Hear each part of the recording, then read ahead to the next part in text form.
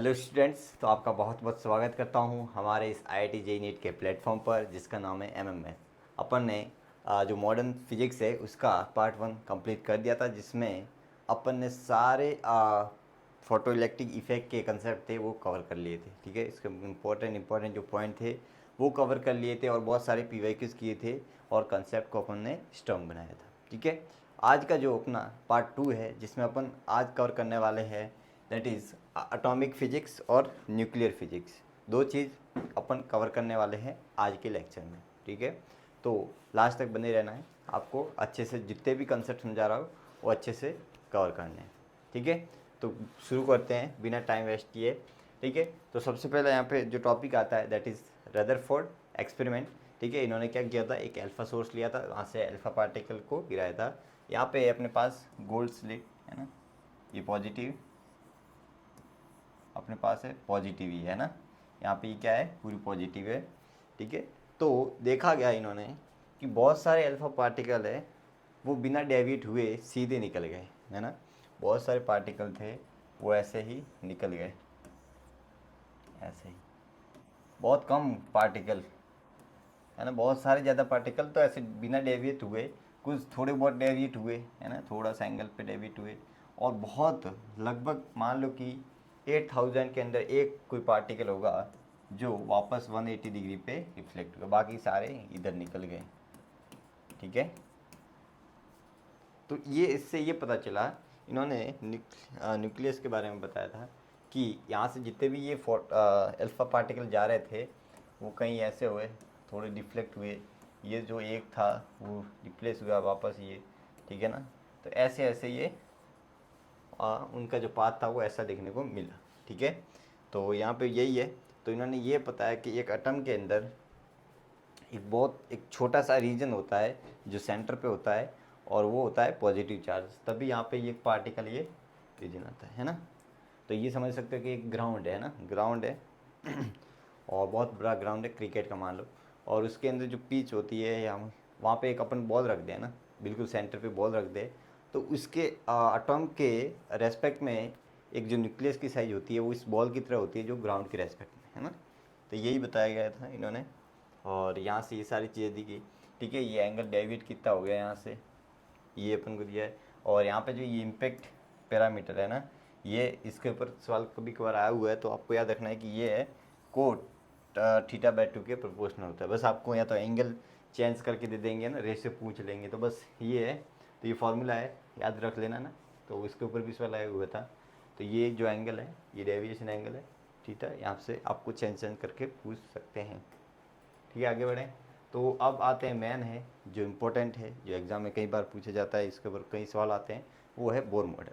Bohr model ने अपनी परिकल्पनाएं दी थी है ना, हाँ, प्रिंसिपल्स दिए थे कि एक इलेक्ट्रॉन है, ठीक है, वो घूमता है, आपको पता है ये JD है ना, इसके ऊपर जो चार्ज है कितना है वो JD, इसका एक इलेक्ट्रॉन है, और ये क्या करेगा आपस में अटैक करेगा, क्योंकि एक पॉजिटिव चार्ज है एक है नेगेटिव चार्ज। ठीक है, ये JD, ये पॉजिटिव है ये नेगेटिव है, एक दूसरे को अटैक करते हैं। तो ये जैसे कि अगर मान लो एक सर्कुलर मोशन है, यहाँ पे JD पॉजिटिव चार्ज है, ठीक है, और यहाँ पे एक इलेक्ट्रॉन है, ये क्या करेंगे आपस में अटैक। ठीक है, और ये मूव भी कर रहा है वेलोसिटी से, ठीक है, रेडियस r। तो यहाँ पे इन्होंने ये दिया, बोला कि ये जो सर्कुलर पाथ पे घूम रहा है ये इनके अट्रैक्शन फोर्स की वजह से है ना, कि यहाँ पे जो सेंटीमीटर फोर्स आ रहा है ना, मैं यहाँ पे लिख देता हूँ कलर चेंज करके, जो यहाँ पे सेंटीमीटर फोर्स आ रहा है वो एक्चुअल में इलेक्ट्रोस्टैटिक फोर्स के, कूलम्ब फोर्स के ही काम कर रहा है ना। जो कूलम्ब फोर्स है वो एक प्रकार से सेंटीमीटर का काम कर रहा है, यानी कि यहाँ से अगर मैं लिखूँ mv²/r तो वो हो जाएगा kZe/r², ये है ना। तो यहाँ पे यही सारी चीज़ें दी गई। एक तो ये इक्वेशन थी अपने पास, इक्वेशन नंबर 1, और जो सेकेंड इक्वेशन इन्होंने ये बोली कि ये उन्हीं ऑर्बिट में ये क्या करते हैं, राउंड सर्कुलर मोशन करते हैं, जिनका जो एंगुलर मोमेंटम है ना, जिनका जो एंगुलर मोमेंटम है, ठीक है, वो एंगुलर मोमेंटम क्या होता है mvr, ठीक है, और वो एच अपॉन 2 पाई का होल नंबर हो, है ना, ठीक है। ये इन्होंने बोला था, इन्होंने इक्वेशन ये बोली थी कि इनका जो एंगुलर मोमेंटम है ना, एंगुलर मोमेंटम आप जानते ही हो, ठीक है। और ये एंगुलर मोमेंटम एच अपॉन 2 पाई का यहाँ पे होल नंबर्स होता है, जहाँ पे ये 1 2 3 4 ऐसे होता है, ठीक है ना। ये तो इक्वेशन नंबर 2, और इक्वेशन नंबर 1 और इक्वेशन नंबर 2 से आप निकाल सकते हो जो भी आंसर है। तो यहाँ से जो आपके पास nth है ना, nth ऑर्बिट के लिए जो रेडियस आती है वो 529 n² आती है, और यहाँ से जो वेलोसिटी आती है वो आती है अपने पास 2 × 10⁸ 8 शायद गलत लिख दिया, 10⁶ Z/n ये आती है अपने पास। तो ये आपको फॉर्मूले आगे सारे मिल जाएंगे। ये n² Z के प्रोपोर्शनल है, ये अपने पास ये सारी चीज़ अपन को पता है, ठीक है। और ये आता है अपने पास 2.2 Z/n के प्रोपोर्शनल होता है। और बात करो काइनेटिक एनर्जी, पोटेंशियल एनर्जी की, तो ये अपने पास आती है ना। और इनका आपस में रिलेशन ये होता है, जो टोटल एनर्जी होती है वो हाफ होती है, और इसका मैग्नीट्यूड काइनेटिक के इक्वल होती है ना। ये अपने पास सारी चीज़ें लिखी गई, ठीक है। आगे बढ़े, चलो। तो यही है एनर्जी nth के लिए अपन हाइड्रोजन एटम के लिए इन्होंने बताया, मोस्ट ऑफ इन्होंने 1 इलेक्ट्रॉन एटम के लिए बताया था बोर मॉडल ने, क्योंकि जो कूलम फोर्स यहाँ पे अपन ने फार्मूला यूज़ किया, that is mv²/r k ZeE/r², है ना। ये अपन ने जो फार्मूला यूज़ किया,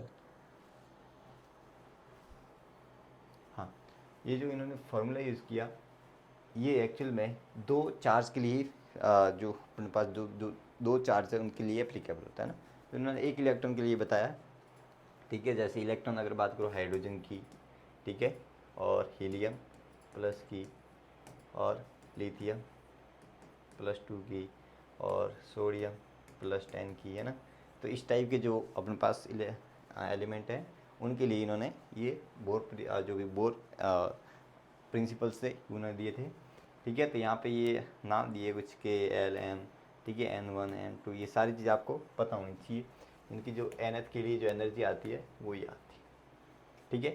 तो ये है कि जैसे कि इलेक्ट्रॉन यहाँ पे घूम रहा है ना, इलेक्ट्रॉन यहाँ पे घूम रहा है, तो अगर मान लो एनर्जी मिलती है ना, फोटोन यहाँ पे गिरता है तो वो हाई ऑर्बिट में चला जाता है। लेकिन अगर इलेक्ट्रॉन हाई ऑर्बिट से लोअर ऑर्बिट में आता है तो एक एनर्जी रिलीज करता है फोटोन, एक फोटोन एनर्जी रिलीज करता है, जिसकी एनर्जी यही होती है, ठीक है, ठीक है। इसकी एनर्जी क्या होती है, ये होती है, ठीक है। आगे बढ़े, ये होती है अपने पास फ्रीक्वेंसी, ठीक है। यहाँ से n2 - n करके एनर्जी आप निकाल सकते हो ना, बताइए। यहाँ से जो फोटोन निकला उसकी वेवलेंथ लिख सकते हैं अपन, ठीक है। और ये अपने पास फार्मूला होता है, हाँ, सब जानते हो। हाइड्रोजन के लिए 1 हो जाएगा, हीलियम के लिए 2 हो जाएगा, जेड की वैल्यू, ठीक है। यहाँ पे रेडबर्ग कांस्टेंट आता है, ठीक है, जिसकी वैल्यू ये होती है। और ये इंपॉर्टेंट है ना, ये इंपॉर्टेंट है फार्मूला, ये दोनों इंपॉर्टेंट है। आपको 1/r की वैल्यू 91 नैनोमीटर याद रखनी है, ठीक है। आगे बढ़े, चलो। Energy of electron in different orbit, है ना, ये जो अपने पास अलग अलग ऑर्बिट में इन्होंने जो सीरीज़ दी थी वो है कि पहली सीरीज़ अगर मान लो कि 2 से 1 में आ रहा है ना, जितनी भी ये इलेक्ट्रॉन अगर 1 में आ रहे हैं तो अपने पास लाइमन सीरीज़ है, और वहाँ से यूरेज निकलती है, ठीक है। और बामर के लिए विजिबल थी, क्योंकि IR इन सब के लिए, बाकी के लिए इंफ्रारेड थी। इस दोनों के लिए अलग अलग थी, एक विजिबल थी और ये, ठीक है। तो ये बस देखो, एक तो कन्फ्यूजन कहाँ होता है बच्चों को इस टाइप के सवालों में, कि जो मेन कन्फ्यूजन होता है वो यहाँ होता है कि लैम्बडा मैक्सिमम और मिनिमम, है ना, लैम्बडा मैक्सिमम और मिनिमम का ही, ठीक है। लैम्बडा मैक्सिमम देखो ध्यान से, अपन को पता है कि एनर्जी प्रोपोर्शनल 1/λ है ना, ये अपन जानते हैं। तो एनर्जी जहाँ पे ज़्यादा गैप वहाँ पे लैम्बडा कम, तो एनर्जी गैप यहाँ पे ज़्यादा है है कि नहीं। एनर्जी धीरे धीरे क्या हो रही है, कम हो रही है कि बढ़ रही है, बताओ। ठीक है, तो यहाँ पे एनर्जी बहुत कम है, ये एनर्जी गैप ज़्यादा होगा, ये कम होगा, तो यहाँ पे लैम्बडा मैक्सिमम है, मिनिमम इसके लिए एनर्जी ज़्यादा होगी। बस ऐसे आप याद रख सकते हो, मैक्सिमम मैक्सिमा। ठीक है, तो इनके लिए ये सब दिया गया है आपको, रेंज दी गई है, तो आपको याद रखें। ठीक है, ये सारी चीज़ यहाँ पे लिखी गई है। आगे बढ़, एक बार पढ़ लेना, ये बहुत ही इंपॉर्टेंट है, डेटा आपको बिल्कुल याद रखना है इनके। ठीक है, कि कितना किसके लिए क्या होता है, अगर डेटा याद है तो आपको बहुत अच्छी बात है। ठीक है, इसमें ये टोटल एनर्जी और पोटेंशियल एनर्जी इंक्रीज होती है, काइनेटिक एनर्जी डिक्रीज होती है, बस ये आपको याद रखना है। ठीक है, याद रखना है। और ये अपन जानते हैं 0 से n की तरफ जाते हैं तब, और सारी चीज़ यहाँ पे दी है। n1 फर्स्ट एक्साइटेड स्टेट के लिए n की वैल्यू 2 आ जाएगी। ठीक है, सेकंड के लिए n की वैल्यू 3 आ जाएगी। ठीक है, ये सारी चीज़ें हैं, बस एक ऐड करना है। तो जब क्वेश्चन करेंगे तब अपन को सारी चीज़ें समझ में आएगी। ये 2022 का सवाल है, बिल्कुल फॉर्म कंसेप्ट बेस है, फैक्ट बेस है, कि यहाँ पे काइनेटिक एनर्जी डिक्रीज हो रही है, इंक्रीज होती है, बस हो जाएगा ना, यही है। समझ में आ गया क्या।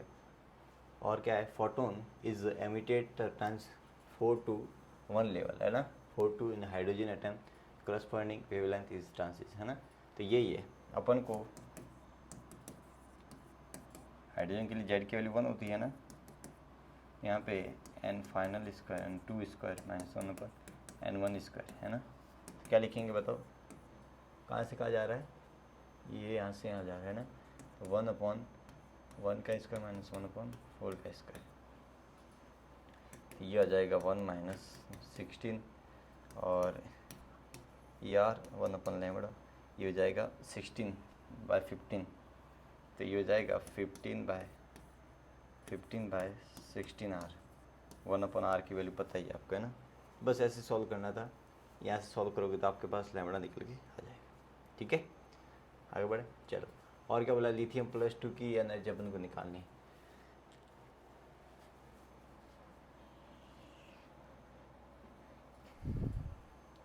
रेडियस ऑफ 5th ऑर्बिट, है ना, radius of 5th orbit of lithium is, ये अपन को बतानी है ना। तो देखो थे, रेडियस बतानी है nth के लिए, तो 0.529 n²/z, जेड कितना हो जाएगा, लिथियम के लिए जेड की वैल्यू 3 हो जाएगी, n की वैल्यू 5 हो जाएगी, बस वैल्यू पुट कर देना, सॉल्व कर देना, बहुत ईजी सॉल्व है, देख लो। ठीक है, फॉर्मूले बेस से सारी कैसे आते हैं, बहुत ईजी सवाल आते हैं। और क्या बोला कि ये अपने पास है lowest wavelength of Lyman series के लिए, then lowest wavelength of Balmer series. देखो लोएस्ट के लिए बार्मर की वैल्यू, पहले तो n1 की वैल्यू है, वो तो है अपने पास 2, और लोएस्ट के लिए अगर मुझे चाहिए तो n2 की वैल्यू इन्फिनिटी होगी कि 3 होगी, मुझे ये बताओ। देखो एनर्जी 3 अगर मैं लेता हूँ तो एनर्जी गैप कम हो जाएगा, लैम्बडा मैक्सिमम हो जाएगा, यानी कि इन्फिनिटी लेना पड़ेगा ना। तो 1/2 का स्क्वायर माइनस 1/∞ का स्क्वायर, और जेड किसके लिए होता है ना आपको, लाइमन सीरीज। ठीक है, अच्छा यही बताना अपन को ना, कोई बात नहीं, लैम्बडा। तो यहाँ से आप सॉल्व करो, क्या आ जाएगा, 4/r, 4 से मल्टीप्लाई करना है, कहने का मतलब सीधा सीधा। ठीक है, तो यहाँ पे 4 से मल्टीप्लाई किया, देखो ऐसे करना है, कैलकुलेशन बेस है सारे, है ना, फॉर्मूला बेस। और क्या बोला गया है कि hydrogen, the energy of hydrogen plus ion, ठीक है, sorry helium plus ion in the it's first excited state ground from hydrogen. ठीक है, अपन को ये बोला गया है कि देखो हीलियम प्लस के लिए एनर्जी अपन ने क्या लिखी, क्या लिखना है अपना, एनर्जी लिखनी है ना। एनर्जी देखो फर्स्ट एक्साइटेड स्टेट के लिए, मतलब कि एन की वैल्यू 2 हो जाएगी, है ना, सिंपल है। तो ये हो जाएगा -3.13.6 2 का स्क्वायर अपॉन, सॉरी ये हो जाएगा अपने पास z² इसका ना,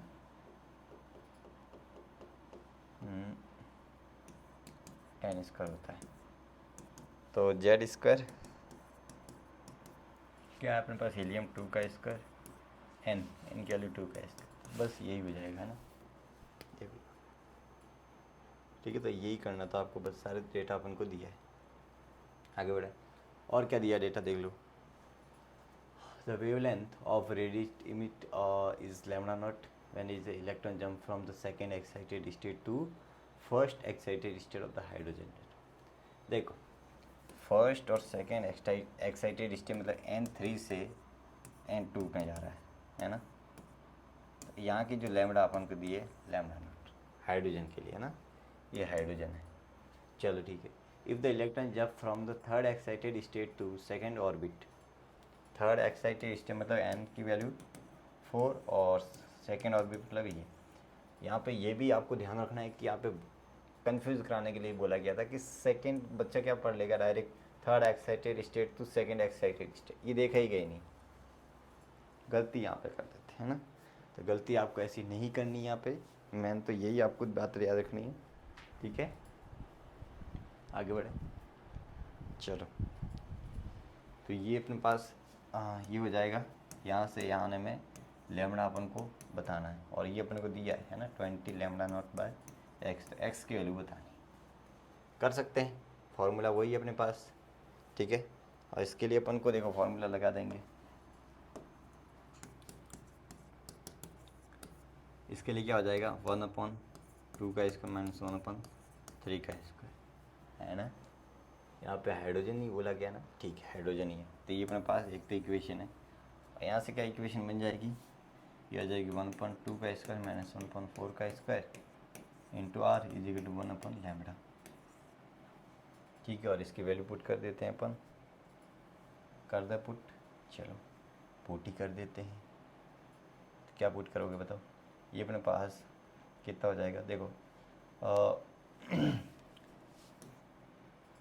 एक्स 20 लैम्डा नॉट, ठीक है। आर की वैल्यू यहाँ से पुट कर लेते हैं ना, आर की वैल्यू यहाँ से पुट कर लेते हैं, ये इधर आ जाएगा, तो ये हो जाएगा 1/λ नॉट 2 का स्क्वायर माइनस 1/3 का स्क्वायर, ठीक है। ऊपर हो जाएगा 1/2 का स्क्वायर माइनस 1/4 का स्क्वायर, सही लिखा है। तो कैंसिल हो रही है कुछ चीज़ें, बस यहाँ से सॉल्व कर दो। क्या सॉल्व करोगे, एक्स की वैल्यू 20 इंटू 16 आ जाएगा ऊपर, और ये हो जाएगा 4 नीचे क्या बचा 2 का स्क्वायर 4 9 36 आ जाएगा, 36 तो ये 4 कितना हो गया 9 5 हो जाएगा ना, ये हो गया, ये हो गया 8 ये 18 ये 4 ये 9, ठीक है। ये अपने पास 3 हो जाएगा। तो सॉल्व करोगे तो आपके पास लगभग शायद थिंक ये आंसर निकल के आ जाएगा ना 27, ठीक है, ये निकल के आ जाएगा। बस बिल्कुल इजी है, कोई ज़्यादा टफ नहीं है। और क्या बोला गया, the energy level of atom is shown if the figure transition will be result in the emission 124.1 nanometre है, ये दिया है अपन को, ठीक है। तो अपन को बताना है कौन से वो स्टेट हो सकती है, कहाँ से कहाँ जा सकता है। तो देखो गैप देखना पड़ेगा, अगर पहले तो अपन एनर्जी निकालते हैं,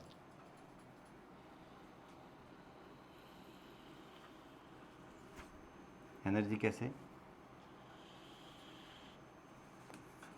ई का फॉर्मूला अपन जानते हैं -13.6 और ये एनर्जी 1 है ना, ये दिया है अपन को। तो यहाँ से आप लिख दोगे ना, क्या लिखोगे बताओ, ये अपन ऐसे लिख देंगे, यहाँ से जो अपने पास लगभग आएगी 10 के अराउंड आएगी है ना, नैनो में दिया है और इलेक्ट्रॉन वोल्ट। तो इलेक्ट्रॉन वोल्ट में अगर दिया है अपन को, तो एक बार ऐसे करते हैं, देखो इसकी वैल्यू तो लगभग यही आएगी इलेक्ट्रॉन वोल्ट में, ठीक है। अपन को इलेक्ट्रॉन वोल्ट में ये फॉर्मूला होता है। और क्या बोला है, किसके लिए बोला गया अपन को, हाँ यही है ना। तो लगभग अपने पास जो आंसर निकल के आएगा शायद ये हो सकता है ना, क्योंकि इसमें 10 के लिए अपन को रिक्वायर्ड है, ठीक है। तो यही बात है बिल्कुल, आप ऐसा कर सकते हैं। देखो इसने ये किया है, एनर्जी गैप पहले तो निकाला और यहाँ से इन्होंने, हाँ, लैम्बडा बी, लैम्बडा सी, लैम्बडा डी निकाला है ना। अच्छा इन्होंने ये किया, उल्टा किया है, कोई बात नहीं, मैंने ये किया, मैंने उल्टा करके बताया आपको, ठीक है ना, कोई दिक्कत नहीं, ठीक है, ऑप्शन ये हो जाए। तो यही देखना था अपन को। और क्या बोला कि electron, sorry, speed of the electron in bore 7th orbit for hydrogen atom is, ये दिया गया। Speed of the 3rd orbit है ना, 7 के लिए इतना दिया था हर, बहुत ईजी सवाल है, कर लेना है ना। क्या बोला गया है कि बस यहाँ पे अपन को पता है कि नंबर ऑफ जो ऑर्बिट है उनके इन्वर्सली प्रोपोर्शनल होता है, निकाल सकते हैं ना। तो ये था अपने पास पूरा एटॉमिक फिजिक्स का, जहाँ पे बोर मॉडल बहुत इंपॉर्टेंट प्ले रोल करता है, ठीक है, एग्जाम पॉइंट ऑफ व्यू से बहुत इंपॉर्टेंट होता है टॉपिक। और अब बात करते हैं न्यूक्लियस। न्यूक्लियस में जैसे कि अल्फा डीके वगैरह हो तो वो सारे हटा दिए, ठीक है, ठीक है, रेडियो एक्टिविटी। लेकिन यहाँ पे कुछ टॉपिक है, बाइंडिंग एनर्जी पर न्यूक्लियन, ठीक है, और भी बहुत सारी चीज़, बहुत ही छोटा टॉपिक है, ठीक है। तो आप ये तो बिल्कुल पढ़ के जाना अच्छे से, ठीक है। क्या क्या बोला है देखो, सबसे पहले अपने पास आता है, देखो मास क्या होता है, न्यूक्लियस का सारी चीज़ें ये अपन को पता है। जैसे तो अपन को पता है कि ये ऑलमोस्ट सेम होते हैं, बट यहाँ पे अपन एज्यूम करते हैं कि लगभग सेम ही है ना, ठीक है। तो ये यहाँ पे नंबर ऑफ प्रोटॉन, ठीक है, जेड को रिप्रेजेंट करता है, और ये क्या होता है, एटॉमिक मास। तो तबियत डाउन है, ठीक है, कॉपरेट कर। हाँ, तो यहाँ पे ये हो जाएगा, नंबर ऑफ एटॉमिक्स का ये हो जाएगा, देखो ए इज जेड प्लस एन है ना, और नंबर ऑफ न्यूटन हो जाएंगे ए माइनस जेड, ठीक है। ये फॉर्मूले आपको याद रखना है। तो कोई भी एलिमेंट अगर न्यूक्लियस दिया है, जेड और ए, ठीक है, ये हो जाएगा। बात में आ गई क्या, ठीक है। तो अब मुद्दे की बात पे आते हैं। मेन तो साइज़ होती है, लगभग रेंज होती है -15 मीटर, यानी कि फरवी मीटर की होती है। और बात करो अगर रेडियस, ठीक है, तो वो होती है R0 ए की पावर 1/3 है ना, एटॉमिक मास पे डिपेंड करती है। और R0 की वैल्यू ये होती है ना, 1 फर्मी के लगभग इक्वल होती है, ठीक है। आगे बढ़े, चलो अब बात करें डेंसिटी की। डेंसिटी यहाँ पे बहुत ही इसके ऊपर सवाल भी आए हुए हैं, ठीक है। डेंसिटी का ये है कि ये एक कांस्टेंट है, ठीक है ना, ये एटॉमिक मास पे डिपेंड नहीं करती है, बात ये है, ठीक है। तो यहाँ से निकालते हैं तो यहाँ पे ये अपने पास आती है, और ये कांस्टेंट इतनी निकल के आती है। तो आप देख सकते हो बहुत हाई है ना, कि यहाँ पे 1 मीटर क्यूब अगर मैं लूँ है ना, 1 मीटर क्यूब कितना होगा, ज़्यादा ज़्यादा एक अपने पास थोड़ा बड़ा सा बॉक्स है ना, या टीवी जैसा कोई बड़ा सा बॉक्स, उसके अंदर कितना मास न्यूक्लियस का आ सकता है, ये देखो एक प्लेनेट जितना है ना, बहुत ज़्यादा है, 10⁻17 बोल सकते हैं कि यहाँ पे बहुत ज़्यादा होती है, ठीक है। और उसके बाद इसलिए तो ब्लास्ट होते हैं इतने हाई एनर्जी के साथ, ठीक है। तो देखो इसके ऊपर सवाल कैसे आया हुआ था, देखो ध्यान से, रेशियो पूछ लिया डेंसिटी का ऑक्सीजन और न्यूक्लियस। आपको पता है कि ऑक्सीजन हो, हीलियम हो, कुछ भी हो, डेंसिटी हमेशा कांस्टेंट रहती है। तो सीधा है, इसका आंसर ये हो जाएगा 1:1, ठीक है, ये हो जाएगा। और क्या पूछा कि 2 मास नंबर दिए तो बताओ कि न्यूक्लियर, वही बात है सर, किसी से कोई मास नंबर का रिलेशन नहीं होता है, इंडिपेंडेंट होती है मास नंबर, ठीक है। तो यही है, 2 सवाल आए थे। बात करते हैं बाइंडिंग एनर्जी और मास डिफेक्ट की, ठीक है। तो अपन थ्योरेटिकल अगर मास देखें है ना एक न्यूक्लियस का, तो ऑब्वियसली तो वो मास आ जाएगा प्रोटॉन का, जितने नंबर प्रोटॉन है, और न्यूट्रॉन का, न्यूट्रॉन ये हो गया, और यहाँ पे लिख देंगे मास ऑफ न्यूट्रॉन। ये थ्योरेटिकल अपन देखते हैं, लेकिन एक्चुअल में देखा गया, हाँ एक्सपेरिमेंट करके, तो अपने पास जो मास आ रहा था, ऑब्जर्व किया गया, वो कम आ रहा था, ठीक है। क्या आ रहा था, कम आ रहा था, ठीक है। तो मास डिफेक्ट गया कहाँ है ना, ये है अपने पास मास ऑफ न्यूक्लियस, ठीक है, मास ऑफ न्यूक्लियस, पास में आ गए क्या, ठीक है, मास ऑफ न्यूक्लियस। तो यहाँ से एक मास डिफेक्ट आता है, that is M T minus M naught, ठीक है। इसको बोलते हैं मास डिफेक्ट। और वो देखा गया बाद में कि वो एक आइंस्टीन ने बताया था कि वो एक एनर्जी के फॉर्म में निकली है ना, ताकि अपन ने बताया था कि ये निकलता है डेल्टा एम इंटू सी स्क्वायर, ठीक है। और अगर मास 1 mu के इक्वल है, ठीक है, तो एनर्जी आती है अपने पास लगभग 931 मेगा इलेक्ट्रॉन वोल्ट समथिंग आती है ना। तो यहाँ पे मैं लिख देता हूँ डेल्टा एम अगर अपने पास 1 mu है, AMU एटॉमिक मास यूनिट है, तो अपने पास जो E आता है वो 31 मेगा इलेक्ट्रॉन वोल्ट आता है, ठीक है। ये आपको याद रखना है, ये तो आगे ये काम आएंगे। अब जब सवाल करेंगे अपन तब ये सारी चीज़ें काम आएगी, ठीक है। तो यहाँ पे वही लिखा गया है ना, मास डिफेक्ट ये होता है, सारी चीज़ें मैंने लिख दी, ठीक है। बाइंडिंग एनर्जी इस यही है, बाइंडिंग एनर्जी अपने पास निकल के आती है सी स्क्वायर से, तो और 4 1 डिफेक्ट इजिकल टू इतनी होती है ना, 931.5 मेगा इलेक्ट्रॉन वोल्ट होती है। आगे बढ़े। अब यहाँ पे कंसेप्ट आता है that is binding energy per nucleon, ठीक है, ठीक है। और ये क्या बताता है कि कोई न्यूक्लियस है वो कितना स्टेबल है। बाइंडिंग एनर्जी स्टेबिलिटी नहीं बताता है, बाइंडिंग एनर्जी पर न्यूक्लियन, है ना, बाइंडिंग एनर्जी पर न्यूक्लियन, यानी कि अगर ऐसे में डिवाइड करूँ, ये अपन को स्टेबिलिटी के बारे में बताता है, स्टेबिलिटी ऑफ न्यूक्लियस, है ना, ये अपन को बताता है स्टेबिलिटी के बारे में, ठीक है। आगे बढ़ते हैं। तो इनका ग्राफ था, ठीक है। ग्राफ में सबसे ज़्यादा अपन को यहाँ पे लगभग आयरन निकिल दिखता है ना, और ये अपन को ज़्यादा पाया जाता है कोर में, है ना, बहुत ज़्यादा स्टेबल होता है, ठीक है। यहाँ पे फ्यूजन होता है,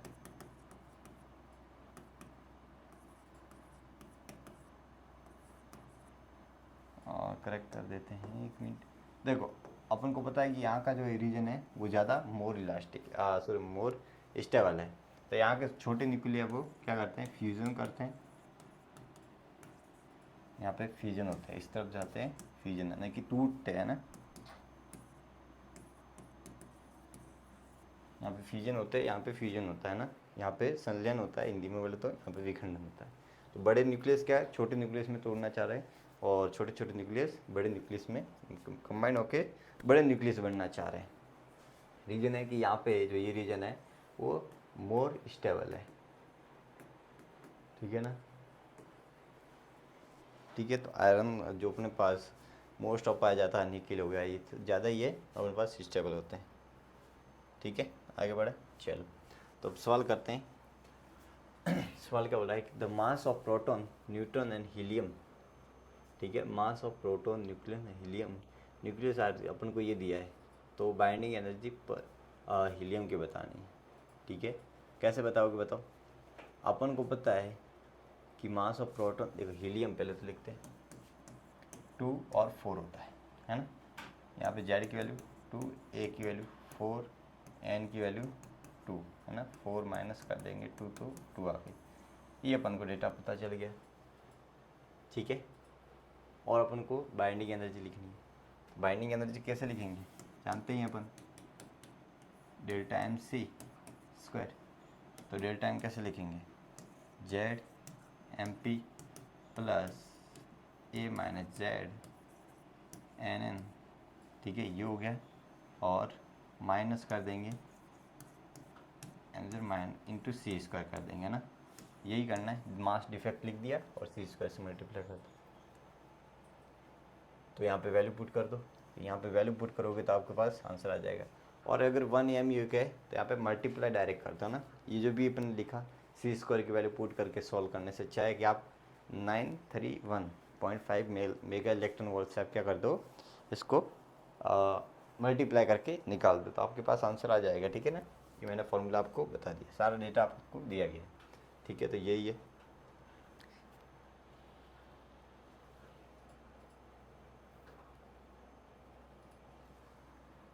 आगे बढ़े, चलो। और एक सवाल है, ठीक है।